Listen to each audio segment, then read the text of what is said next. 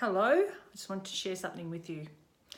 Do you ever feel that when you're speaking, your voice just doesn't come out? It feels like it's stuck or it's sore. The work I do tackles three aspects of voice. That is the mindset of voice, how you think, how you feel, what you believe about yourself and what you know about what it is that you're saying, how you're connected to what you're saying, your personality, even your ego type.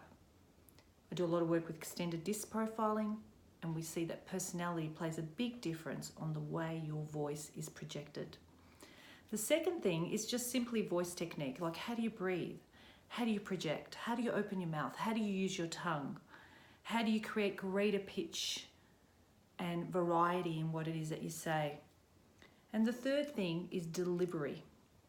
Delivery is the crunch of it all. The reason why you speak, the reason why you communicate, present, facilitate, have conversation is to deliver something important, deliver a message that's going to make a big difference to somebody, or perhaps something that's really important.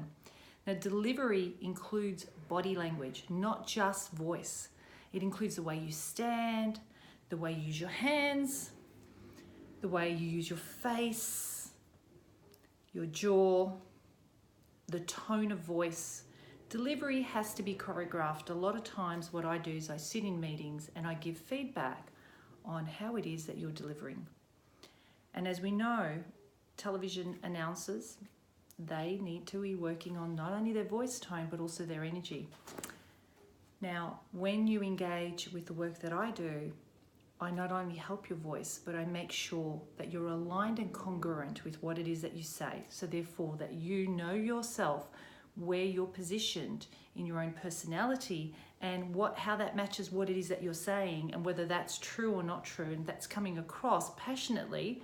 And I also work on the delivery. I look at your body language as well as your voice and making sure that just even by moving your body in a particular way, your voice can become more powerful and more real.